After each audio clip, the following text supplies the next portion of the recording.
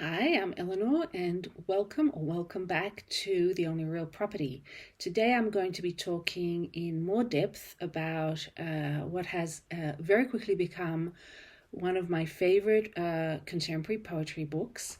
It's The Stone Age by Jen Hadfield, and I would like to also, as I discuss the book itself and the poems, I'd also like to describe to you how I go about reading a book of poetry. That's very personal. I mean, there are no hard and fast rules by all means. This is just how I do it. So first of all, I like to do a gut feel read through. I like to notice that the cover, I mean, have a look at this beautiful cover. It's just wonderful. It's a print from an original painting by Christy Tate, who is an artist who lives in Shetland, which is where Jen Hadfield lives. And this is actually a book that's steeped in everything Shetland. So I think it's just a fantastic cover. Also, later I'll be doing a little bit of a closer read of one of the poems that talks about a gaio. I'm not sure if I'm pronouncing that correctly, but in any case, once you see a photo of a gaio, which I'll show later in the video, I think you'll notice that it looks quite similar to this, and I love that. It's bright orange inside, love that too. Love the physicality of it. It's like almost a square. It's chunky but thin. I also like to have a flip through and to see that there are some prose poems. For example, well, this is the poem that I'll be discussing in more detail, but there are also parts of the book that are in completely different font and completely different style, and that's something that's quite interesting to notice. Now, I mentioned Shetland, and I didn't know anything about Shetland, so again, that's exciting for me. It's something that I look forward to discovering. As I read through on the first read through, I notice the sound of the poems, the musicality. There's great musicality in this book. There are also unexpected images that are exciting to me. Whenever I read something that I haven't expected, it's not a usual trope, it's not a cliche. There's something new and fun actually happening with the language that always attracts me. And the voice, generally the voice or voices in the poems, I found to be very gutsy. It's not something that I usually find in poems, but there's a personality I feel to the book through the voice. There's a lot of humor and wordplay as well, which is something I just absolutely adore in poetry. And on a really personal level, it's not a dark or depressing book, and I'm not in the mood to read that sort of thing this week. It's by no means comedic, but it's certainly going to it did uplift me. Lastly, something that I started to notice from the very first read through is that it looks like the ideal poetry book. It feels like the ideal poetry book in the sense that each poem seems to be in conversation with the poems around them. It doesn't seem to randomly jump from one topic to another or from one style to another. There's a lot of variety and interest, but it feels like a cohesive book. So then all of those characteristics and my own gut feeling push me to do a second reading, and with that I like to do research. Now, I don't think anyone will be surprised to hear that I loved school and I loved doing my homework and I loved pleasing the teacher. I loved doing my research. And frankly, it's just part of my character. I like to do some research. And where that comes in with poetry books, generally, and most particularly with the Stone Age, is that there are always gaps in understanding when you're reading a book of poetry. Now, they might be gaps that are that you can really fix. So there might be a name or a place that you don't know what it means. There might be vocabulary that's new to you, and that's very easy to look up. I like to do that sort of ahead of time so that the next time I come to the poem, I can come to it without having to fumble with Google. This is a good time to bring up this feeling that I generally have whenever I read a new poetry book, that I generally feel, am I missing something? And am I stupid? And I feel embarrassed, even if I'm reading it just by myself. I jokingly call this the Rubik's Cube syndrome. You pick up a poem or book and you feel like this must mean something. It must mean only this. I don't know what that is. I'm an idiot. Poetry makes me feel stupid. I'm not going to do this again. It's not fun.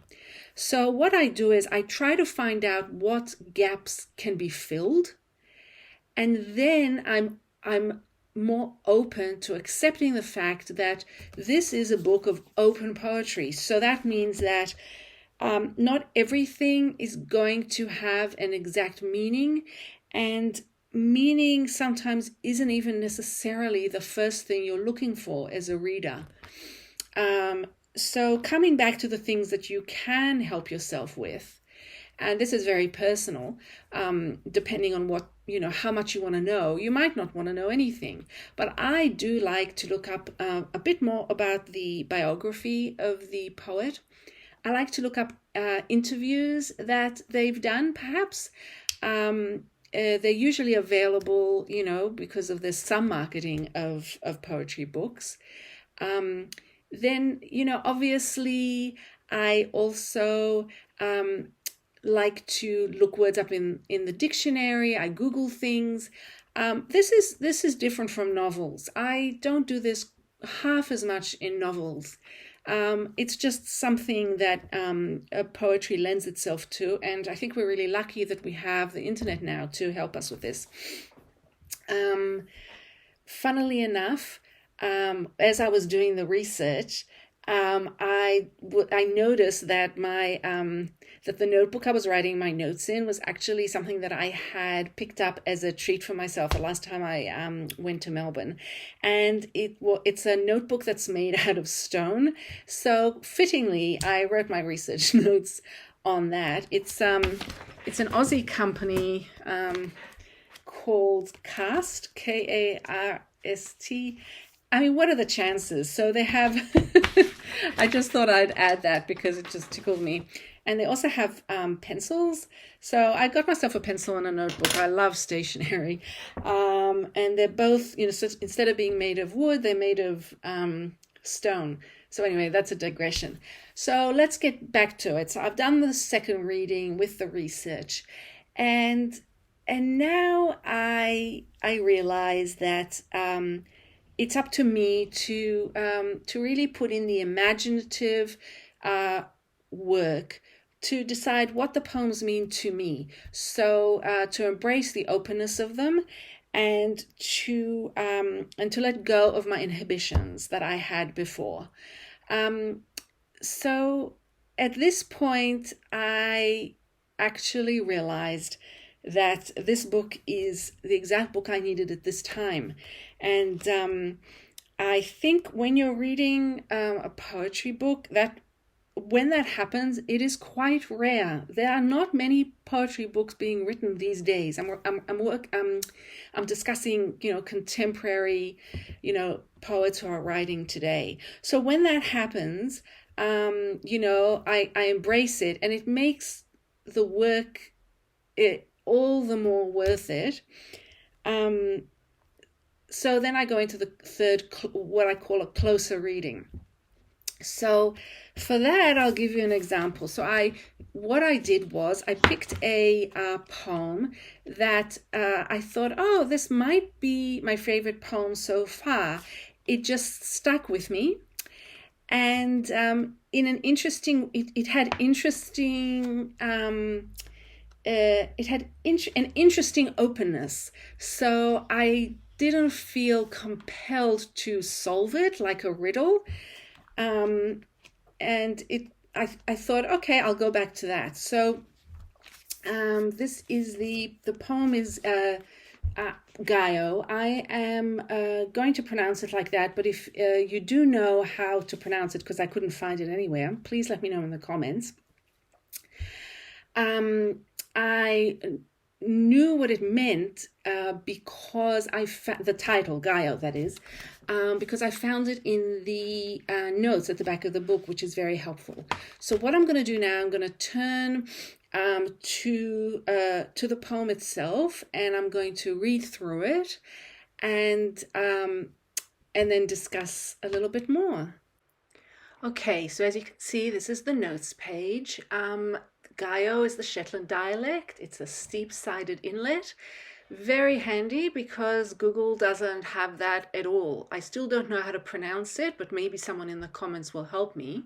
Then I Googled steep-sided inlet, and I got this incredible picture, which I absolutely love. Looks exactly like I figured it would in the poem. And have a look at those. You can even see daisies. Okay, so here we have Gaio.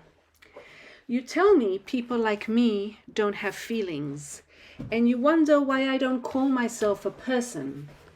I say rage is a cold cliff, longing a skerry. Pleasure is a kelp-hung arch, glittered constantly by the licking of the wave.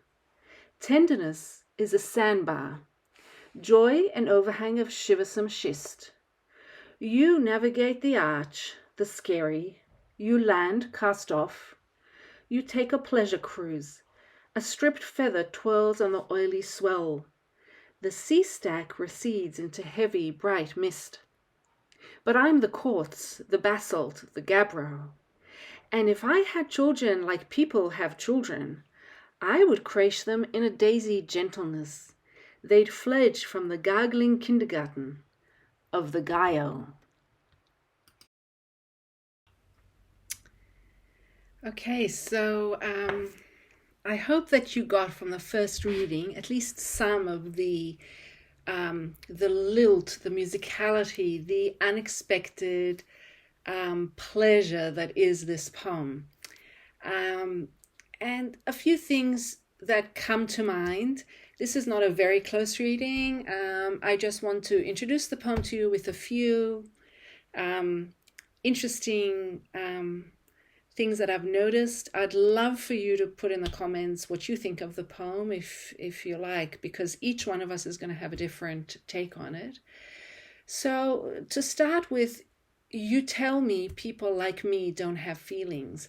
And I think, that really is such an intriguing beginning, because who is you and who is the me?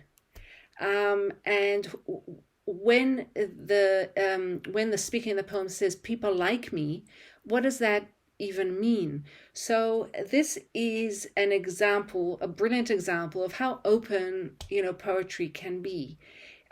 You can really think of it in any number of ways, but the basics, of course. There's a person who's speaking to another person. Now the you may be someone in their past. The you may be me, the reader. Is the speaker in the poem speaking directly to me? I don't know. To be accused of not having feelings, historically, politically, I suppose many different people from many marginalized communities might have been told that, but it might also have nothing to do with politics or society. It might be a couple who are in a relationship, and one person is accusing the other of not having feelings for any number of reasons. So then we come to the argument that the speaker in the poem is making, about to prove that yes, I do have feelings, but I present them in this way. And the argument is that the speaker is a poet and the speaker is using metaphors, and the metaphors come directly from the Shetland environment. Rage is a cold cliff. Longing, a skerry. A skerry is a small reef or island that is humans, it's not an inhabited island. It's much too small and rocky. Pleasure is a kelp-hung arch. Kelp-hung are just stunning phrases. I can't get enough of them. Glittered constantly. My head's exploding with pleasure by the licking of the wave. The licking of the wave. I mean, so many different ideas come to mind. If it is a love relationship, perhaps, they're speaking about physical pleasure. Tenderness is a sandbar. So interesting, so simple, and yet so deep. Joy, an overhang of shiversome schist. I mean, schist is a type of layered stone. Shiversome, you get shivers just saying it. And I could say shiversome schist all day and not get tired of it. It's just delightful. And it's an overhang. The joy is just bubbling over. Now, we come back to you. You navigate the arch, the skerry. Okay, so we're coming back now to the beginning of the argument. So the way I read it, but it can be read in many different ways, is that the speaker is telling this other person that you're navigating the arch. What was the arch? Pleasure. Okay. See, it's like sort of, it's playing with its own, the poem and the poet, they're playing with their own metaphors in such a joyful way, the skerry. So you're navigating, it's almost as if you're in a boat and you're navigating the poem as well as the way the speaker, this person, presents themselves to others. And then you land. So you land, then you cast off. So there's a constant movement from line to line. You take a pleasure cruise. I love the way this little bit of the poem can be taken to be perhaps a bit sarcastic or perhaps celebratory, not sure. And then an unexpected image occurs. A stripped feather twirls on the oily swell. This really took me aback. I couldn't stop thinking about it. It's such a specific detail. It's highly detailed. You have all of these landmarks, or really like sea marks, I guess, that are large. And all of a sudden you have this tiny feather on the water. Interesting. And it's not just any feather, it's a stripped feather. I thought about that a lot. It continues, the sea stack recedes into heavy, bright mist. And then after you see this exact, precise detail of the feather, everything just goes out of focus again. It's still bright, but it's misty and it's sort of heavy. So my thought when I hear a stripped feather is that it's a quill. It's a writing instrument. You strip a feather and then you cut it so that you can write with it. Whether or not you see that, it's inconsequential. That's what I see. That's my own personal image. And I really like that idea because it goes into it repeats what I felt was happening in the first half of the poem, which is that, I'm the speaker in the poem, in a way, is saying, I'm a poet. I write my feelings. Like, you might tell me I don't have feelings, but what I'm writing, those are the feelings. And I really enjoy the idea of the quill. Now we get back. So now what I do is I go and I count the lines, because I'm a geek. I haven't 2, 4, 6, 8, 10, 11. Okay, so now we're just over, we like maybe at 2/3, and here comes the turn. But I'm the quartz. Oh, okay. So we've left behind the idea of the writer and the poet, and suddenly the person speaking is the quartz, the basalt, the gabbro. Now, 3 different words for hard rock. And now I'm thinking, is it possible? Like, can a rock speak? And this reminds me immediately, again, it's only my reading. This reminds me of a poem, a tiny poem written by an author, a poet, called Rachel Bluestein. And she wrote about a man she knew, and the poem describes him as being a hard stone. He won't communicate with her, and she doesn't know what to do. And she says, what are my options? Am I going to just hit the stone until water comes out? And there's also this idea of getting blood from a stone. All of these images, are coming through to me with this line. I'm the quartz, the basalt, the gabbro. But the speaker is speaking about herself. So there is a sense that perhaps the speaker is saying, maybe sometimes I don't have the feelings that you expect, and that's fine, and I own it. But then the last sentence, the last 3 lines, that for me are, I love this sentence. And if I had children, like people have children, so the speaker doesn't have children, and seems to think, well, she's not going, I'm using she, they or it is not reproducing. Like, the stones don't reproduce. And perhaps it's a person, and the person isn't reproducing. So the speaker is saying, if your definition of people is that they reproduce, then I'm going to one better you. I would say that if I did have the children, I wouldn't bring them up the way you're bringing up your children. I wouldn't live the way you're living. I wouldn't be your kind of person. I would create them in a daisied gentleness.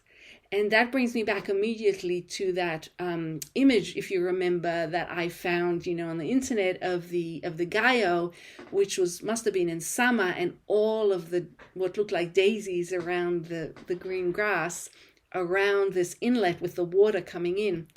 They'd fledged from the gargling kindergarten of the Gaio. I could die happy at this point. This is so beautiful to me, and it's there's such energy that's coming from the speaker in this poem in such a surprising and a joyful way. And then, of course, the dash, which allows you as the reader to realize this is not the end of the poem, and this is not the end of the story. Because with the Gaio, the water is constantly coming in and going out, coming in and going out. And that brings me back to the stripped feather. Because if you think of the shape of a quill when it's cut and putting the ink in again and again, in a way, it's like the water coming in and out of the Gaio. So you can see I'm like way over the top with this because I truly love this poem. And it's not often you find a new poem, so it's, that you love. So you need to celebrate it. So I hope you enjoy that as much as I do.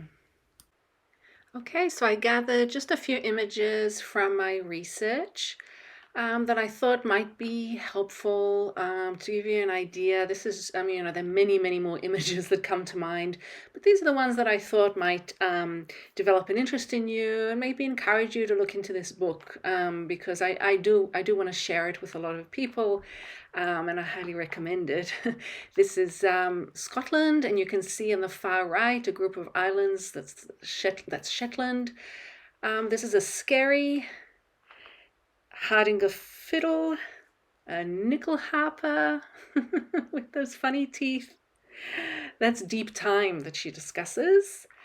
The leopard slug. Razor clams.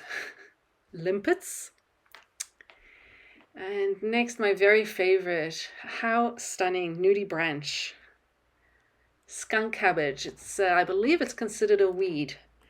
Pictish stone. A dolmen.